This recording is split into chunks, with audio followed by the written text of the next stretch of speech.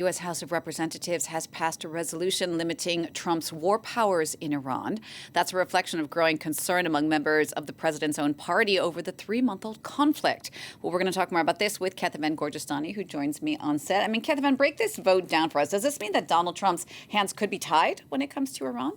Far from it for now, at least, because this vote in the House of Representatives is largely symbolic. At this point, the bill would have to first be taken up and passed by the Senate. It's not clear whether it was passed in the Senate, though there are signs that are showing that maybe the Senate has reached the same point as the House, because just last month, they got enough votes to pass a procedural vote, getting 4 Republicans to join the Democrats in the Senate. 4 Republicans. That's also what it took to pass in the House. So we'll have to see if that happens. Even if the Senate passed that, though, it's highly unlikely that it would be a veto-proof majority, meaning the president, Donald Trump, could veto and go and continue forward with his war powers. But let's say, for the sake of argument, that it did pass with veto-proof majority.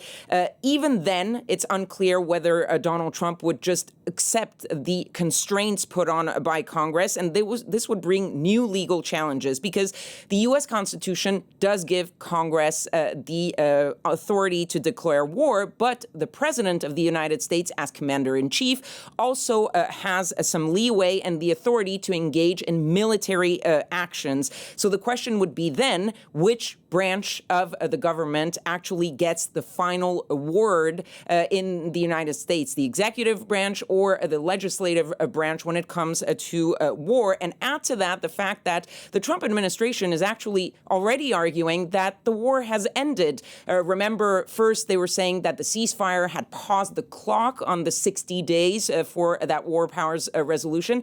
And then you have Marco Rubio, the Secretary of State, just a couple of days ago saying the war is over. This, of course, despite the exchanges of fire between Iran and the United States and the naval blockade that is currently in place by the U.S. Navy. So it is a much more complicated thing than just a war powers resolution. Right. So let's say this vote is a largely symbolic one. Can we still read anything into it? Well, look, I think a statement by Representative Gregory Meeks, who's a Democrat, he's the ranking member on the Foreign Affairs Committee, and he's the one who sponsored that war powers resolution, and he sums it up this way: the passage of this war powers resolution signals a significant turning point. More and more Republicans are listening to their constituents who do not want another open-ended war in the Middle East, and you can see that in the evolution of the vote in the House. There were 3 previous war power resolutions votes in the House. They all failed, but each time with a smaller and smaller margin. The Speaker of the House, Mike Johnson, even late last month, abruptly stopped and postponed a vote because he knew that this war powers resolution was going to pass. Eventually, it did just yesterday.